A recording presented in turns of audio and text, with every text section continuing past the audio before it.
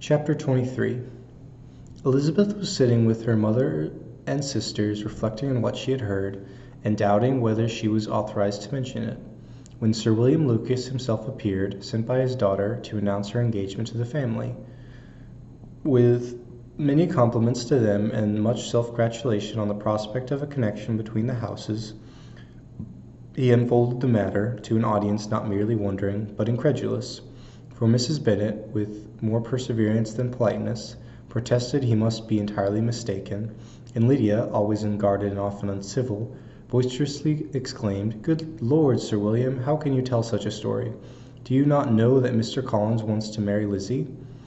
Nothing less than the complaisance of a courtier could have borne without anger such treatment.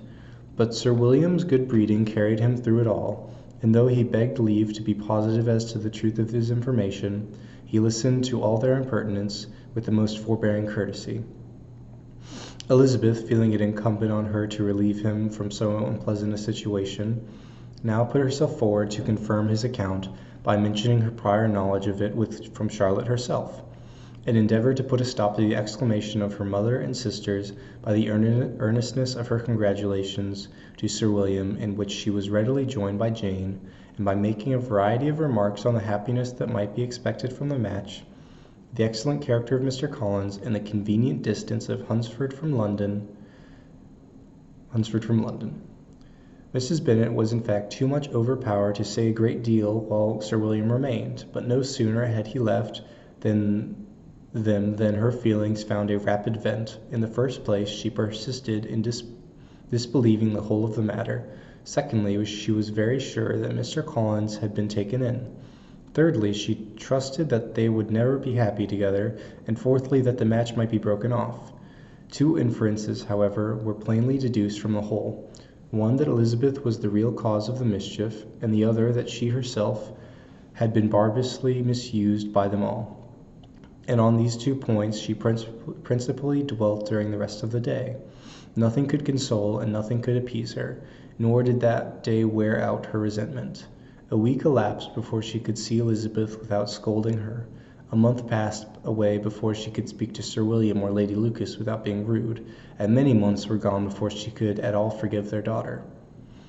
Mr. Bennet's emotions were much more tranquil on the occasion, and such as he did experience he pronounced to be of a most agreeable sort, for it gratified him, he said, to discover that Charlotte Lucas, whom he had been used to think tolerably sensible, was as foolish as his wife, and more foolish than his daughter. Jane confessed herself a little surprised at the match, but she was said less of her astonishment than of her earnest desire for their happiness, nor could Elizabeth persuade her to consider it as improbable. Kitty and Lydia were far from envying Miss Lucas, for Mr. Collins was only a clergyman, and it affected them in no other way than as a piece of news to spread at Meryton. Lady Lucas could not be insensible of triumph on being able to retort on Mrs. Bennet's the comfort of having a daughter well married, and she called at Longbourn rather oftener than usual to say how happy she was, though Mrs. Bennet's sour looks and ill-natured remarks might have been enough to drive happiness away.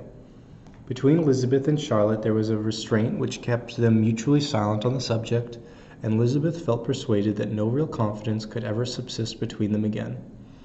Her disappointment in Charlotte had made her turn with fonder regard to her sister, on whose rectitude and delicacy she was sure her opinion could never be shaken, and for whose happiness she grew daily more anxious, as Bingley had now been gone a week, and nothing more was heard of his return. Jane had sent Caroline an early answer to her letter, and was counting the days till she might reasonably hope to hear again. The promised letter of thanks from Mr. Collins arrived on Tuesday, addressed to their father, and written with all the solemnity of gratitude which a 12-month's abode in the family might have prompted. After discharging his conscience on that head, he proceeded to inform them, with many rapturous expressions, of his happiness in having obtained the affection of their amiable neighbour, Miss Lucas, and then explained that it was merely with the view of enjoying her society that he had been so ready to close with their kind wish of seeing him again at Longbourn, whither he hoped to be able to return on Monday fortnight.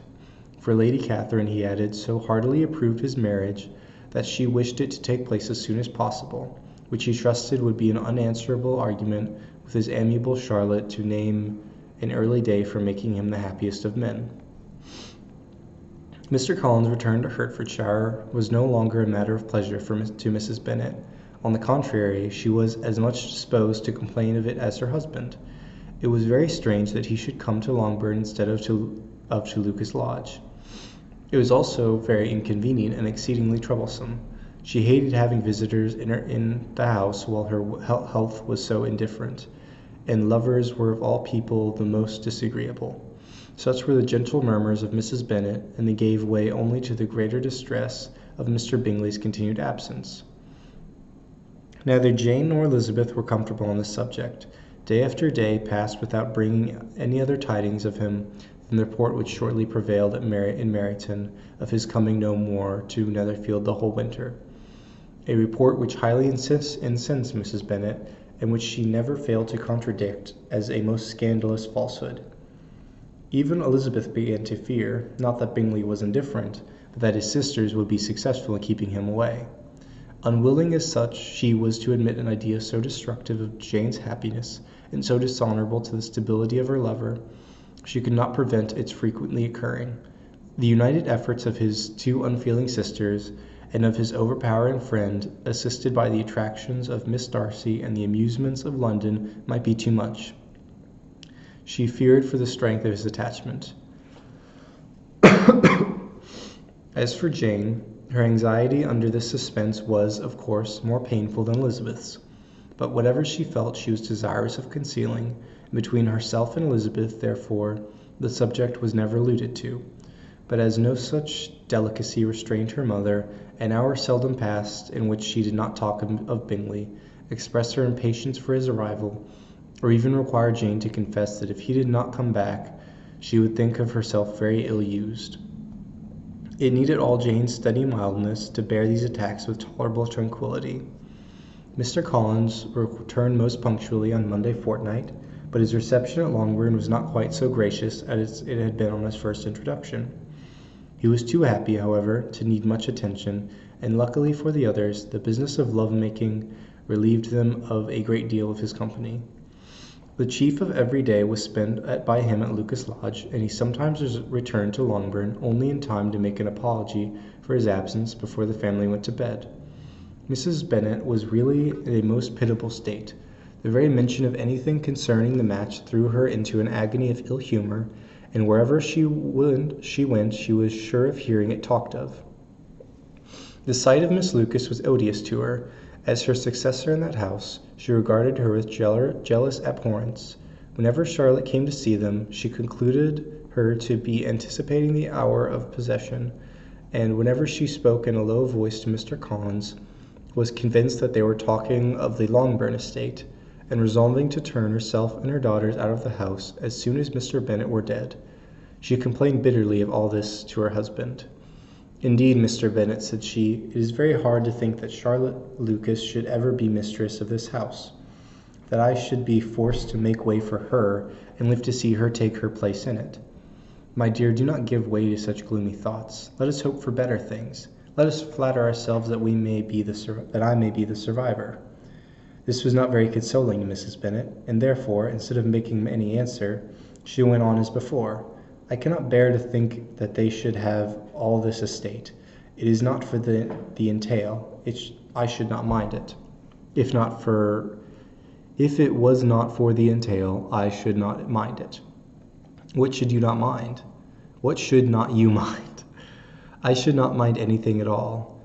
Let us be thankful that you are preserved from a state of such insensibility. I never can be thankful, Mr. Bennet, for anything about the entail. How anyone could have the conscience to entail away an estate from one's own daughters, I cannot understand, and for all the sake of Mr. Collins too, why should he have it more than anybody else? I leave it to yourself to determine, said Mr. Bennet.